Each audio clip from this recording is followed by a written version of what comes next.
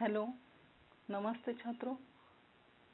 आज के इस वीडियो में हम एमए द्वितीय वर्ष के तृतीय अयन के लिए यानी तृतीय सेमेस्टर के लिए थर्ड सेमेस्टर के लिए पाठ्यचर्या क्रमांक 11 हिंदी साहित्य का इतिहास इसके पाठ्यक्रम से आपको अवगत कराती हूँ। इस पाठ्यक्रम का शीर्षक है हिंदी साहित्य का इतिहास। 4 क्रेडिट के लिए ये पाठ्यक्रम आपको पढ़ना होगा। पाठ्यक्रम इस पेपर का जानने से पहले हम इसके उद्देश्य की ओर चलते हैं। छात्रों, जब किसी भाषा का अध्ययन करते हैं तो पहले उसके इतिहास को जानना जरूरी होता है। इस पाठ्यचर्या में हिंदी भाषा के साहित्य का अध्ययन करना है तो साहित्य के इतिहास को जानना जरूरी है।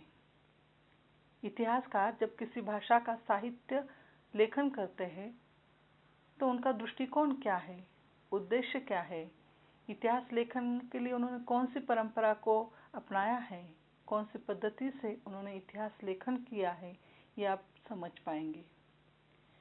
हिंदी साहित्य इतिहास लेखन के लिए उन्होंने कौन कौन से आधार यहाँ पर अपनाए हैं, ये भी आप इस पाठ्यक्रम से जान पाते हैं।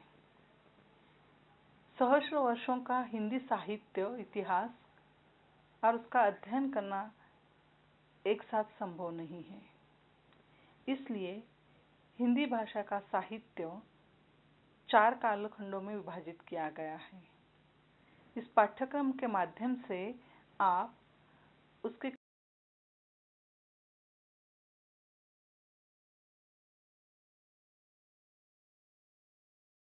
किस आधार पर किया गया है ये भी आप जान पाएंगे।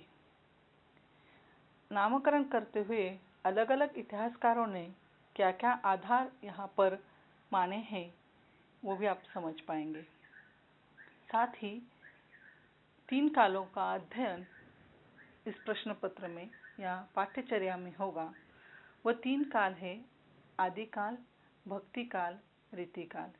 हिंदी साहित्य के प्रथम 3 काल जो है उनका अध्ययन इस पाठ्यक्रम में होगा। चौथा काल जो है आधुनिक काल, इसका अध्ययन हम अगले सेमेस्टर में अगले अध्ययन में करेंगे। इसमें आप लोगों को ये जो 3 काल आपके सामने हैं, हिंदी साहित्य के 3 काल आदिकाल, भक्तिकाल और रीतिकाल, इन तीनों कालों के जो परिस्थितियां हैं, धार्मिक, सामाजिक, सांस्कृतिक, साहित्यिक आदि जो परिस्थितियां हैं, इनसे आप अवगत होंगे और आगे आप इस काल के रचनाकारों की रचनाओं से भी आप परिचित होंगे।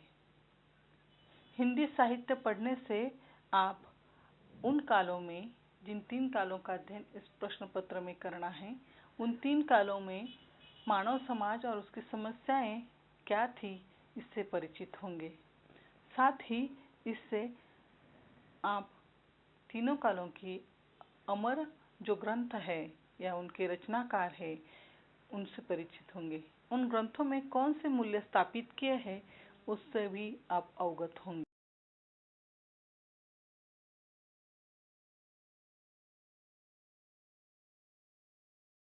का इतिहास ये पाठ्यक्रम पढ़ने से आप में भी सूक्ष्म दृष्टि जो है वो आपको प्राप्त होगी, ऐसी अपेक्षा यहाँ पर की गई है। यहाँ मैंने पाठ्यक्रम का फोटो दिया हुआ है ताकि चारों इकाइयाँ जो है पाठ्यक्रम की वो आपके सम्मुख होगी। ये जो पाठ्यचर्या है हिंदी साहित्य का इतिहास, इस पाठ्यचर्या को 4 इकाइयों में विभक्त किया गया है। इन चारों इकाइयों का परिचय आप लोगों को इस फोटो में होगा। चलिए पहली इकाई जो है उसकी ओर चलते हैं। पाठ्य विषय इसमें क्या दिए गए हैं? इसमें है हिंदी साहित्य इतिहास, हिंदी साहित्य का इतिहास। इसमें आप लोगों को इतिहास का अर्थ समझाया जाएगा, दर्शन मतलब क्या है और हिंदी साहित्य इतिहास दर्शन यानी क्या, इससे आप परिचित होंगे। साथ ही हिंदी साहित्य इतिहास लेखन की जो पद्धतियां हैं अलग अलग जो पद्धतियां इतिहासकारों ने अपनाई है तो उनसे आप लोग परिचित होंगे। हिंदी साहित्य का इतिहास जो 4 कालों में विभक्त है, उसका विभाजन 4 कालों में किया गया है, उन चारों कालों का परिचय और उसके लिए जो नामकरण किए गए हैं, इतिहासकारों द्वारा जो नामकरण दिए गए हैं, उससे आप लोग परिचित होंगे। चलते हैं अगली इकाई 2 की ओर।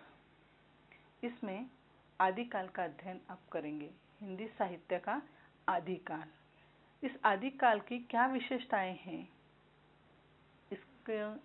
इसको आपको पढ़ना होगा। साथ ही साहित्यिक प्रवृत्तियां क्या है उसको आप समझेंगे। आदिकाल को साहित्य को वर्गीकृत किया गया है, जैसे रासो साहित्य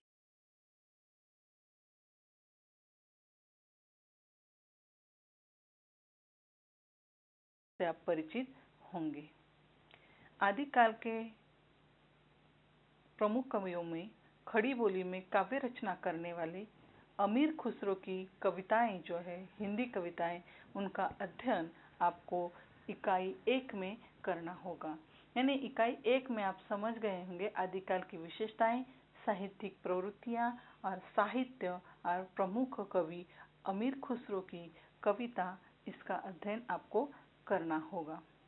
चलते हैं इकाई 3 की ओर, जिसमें आप लोगों को हिंदी साहित्य का भक्ति काल जो है उसका अध्ययन करना होगा। सबसे पहले इसमें जो पाठ्य विषय है, भक्ति आंदोलन का अखिल भारतीय स्वरूप। वैसे इस पाठ्यक्रम का अध्ययन आपने स्नातक स्तर पर, बीए के स्तर पर किया हुआ है। उसमें आपने भक्ति काल का परिचय जो है प्राप्त किया हुआ है। तो फिर इसमें भी आप लोग भक्ति का अर्थ यहाँ पर समझेंगे। भक्ति आंदोलन कहाँ से उसकी शुरुआत हुई, उसका विकास कहाँ पर होता गया, किस प्रकार क्या क्या प्रभाव हुए हैं और कैसे यहाँ पर भक्ति का आंदोलन जो है दक्षिण से शुरू होकर उत्तर की ओर और पूरे देश भर में कैसे फैला है, इसको आप समझेंगे। इस भक्ति आंदोलन में कौन कौन से संप्रदाय रहे, उनके आचार्य क्या रहे, उनके सिद्धांत क्या रहे हैं, उनके प्रवर्तक कौन हैं और उस भक्ति काल में कौन कौन भक्त कवि रहे और उनकी रचनाएं हैं, इनका परिचय आप प्राप्त करेंगे। तो यहाँ भक्ति का जो उदय हमने माना है कि दक्षिण भारत से है, दक्षिण भारत के ही अलवार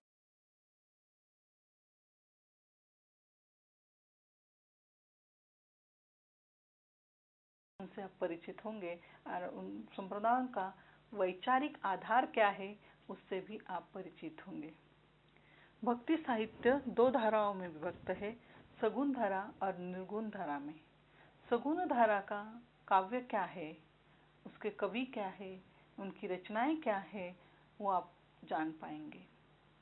उसमें निर्गुण धारा जो है उसके प्रमुख कवि कबीर, रैदास, दादू, नामदेव, जायसी, कुतुबन, मंझन आदि निर्गुण धारा के कवियों का परिचय आप इस इकाई में करेंगे। सगुण धारा के कवि सूरदास, मीरा, रसखान, नंददास, राम भक्त कवि तुलसीदास, नाभादास, इनका परिचय आप लोग इकाई 3 में करने वाले हैं। चलते हैं इकाई 4 की ओर। इकाई 4 में यहाँ पर रीतिकाल का अध्ययन किया जाएगा। रीतिकाल की सामाजिक सांस्कृतिक पृष्ठभूमि क्या रही होगी, उसका अध्ययन यहाँ पर किया जाएगा। रीतिकाल की प्रमुख प्रवृत्तियाँ क्या क्या है वो भी आपको समझना होगा। रीतिकाल का साहित्य जो 3 भागों में विभक्त है, रीतिबद्ध, रीतिसिद्ध, रीतिमुक्त, उनका अर्थ समझना होगा और उनके रचनाकार जो है उनको समझना होगा, इन धाराओं का अर्थ समझना होगा। इसी तरह रीतिकाल के जो प्रमुख कवि है और उनका काव्य क्या है, उनके काव्य के विषय क्या है, इसका अध्ययन हम इसमें करेंगे। रीतिकाल के प्रमुख कवियों में बिहारी, केशव, घनानंद,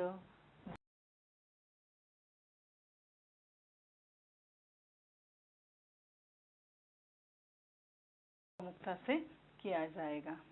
इस प्रकार ये जो आपका पाठ्यक्रम है 4 इकाइयों में दिया गया है और उसके पाठ्य विषय जो है 4 इकाइयों के क्या है वो आपको समझाए गए हैं। चलते हैं आपका ये जो पाठ्यक्रम है उसका अध्ययन करने के बाद उसका मूल्यांकन किस तरह से होगा, इसके लिए अंक विभाजन किस तरह से दिए गए हैं। यह जो है अंक विभाजन के लिए समझने से पूर्व इस प्रश्न पत्र के लिए, इस पाठ्यचर्या के लिए आप लोगों को 100 अंक दिए गए हैं। 100 अंकों का विभाजन 2 भागों में है, आंतरिक मूल्यांकन और सत्रांत परीक्षा।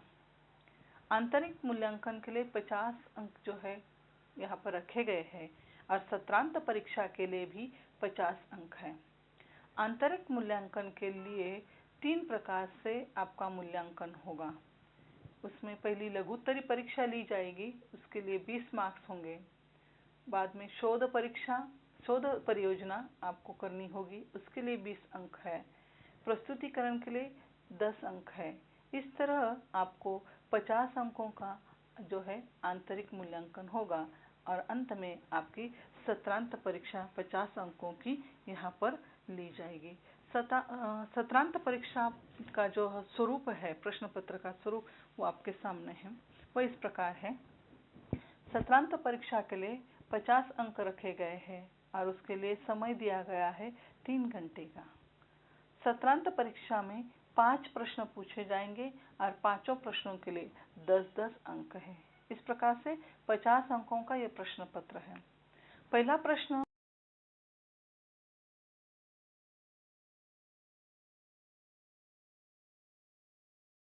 आधारित जो दीर्घोत्तरी प्रश्न है उसमें से एक ही प्रश्न का उत्तर लिखना है और उसके लिए 10 अंक दिए गए हैं। प्रश्न दूसरा यहाँ पर दिया गया है इकाई 2 पर। इकाई 2 पर दीर्घोत्तरी 2 प्रश्न दिए जाएंगे, उसमें से एक ही प्रश्न का उत्तर आपको लिखना है और उसके लिए है 10 अंक। प्रश्न तीसरा जो है इकाई 3 पर आधारित होगा। यहाँ भी 2 प्रश्न दिए गए हैं, दीर्घोत्तरी प्रश्न है।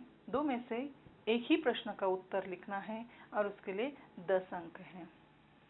प्रश्न चौथा इकाई 4 पर आधारित होगा। दीर्घोत्तरी 2 प्रश्न दिए जाएंगे, 2 में से एक ही प्रश्न का उत्तर लिखना है और 10 अंक हैं। और 5वां प्रश्न जो है अंतिम प्रश्न, बहुविकल्पीय प्रश्न होंगे। वहाँ 12 प्रश्न दिए जाएंगे और सही आपको 10 ही लिखने हैं और 10 के लिए 10 अंक हैं। बहुविकल्पीय प्रश्नों में आप लोगों को 4 विकल्प दिए जाएंगे, आपको सही विकल्प उसमें से चुनना है और आपको 10 प्रश्नों के सही उत्तर यहाँ पर लिखने हैं। इस तरह 3 घंटे में आप लोगों को 5 प्रश्नों के उत्तर लिखने हैं। वो 5 प्रश्न और उसके अंक का स्वरूप इस प्रकार रहा है। आगे चलते हैं। इस पाठ्यचर्या के लिए 11 नंबर के इस पाठ्यचर्या के लिए, जिसका शीर्षक है हिंदी साहित्य का इतिहास, तृतीय सेमेस्टर के लिए, तृतीय अयन के लिए दिया गया ये पाठ्यक्रम।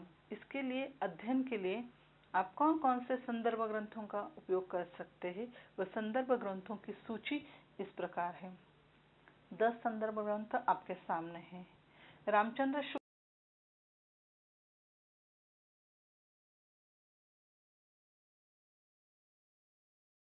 सकते हैं।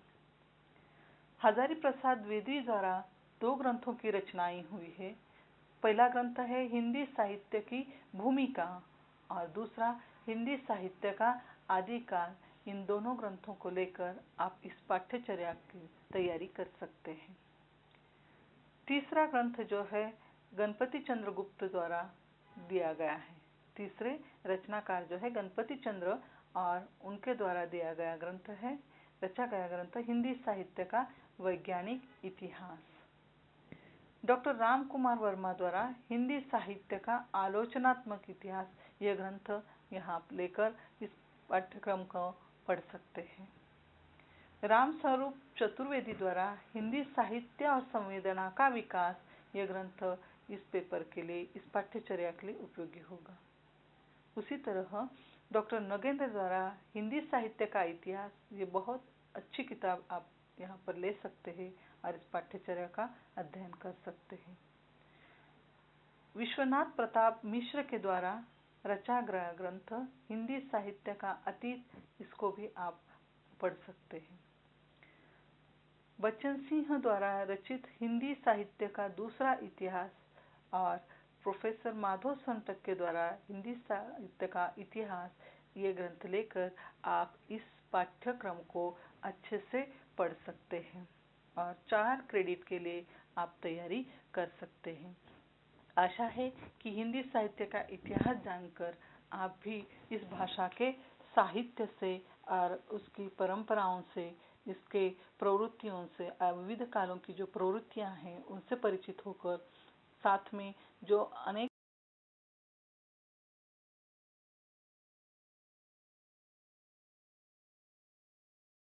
से आप लोग परिचित होंगे।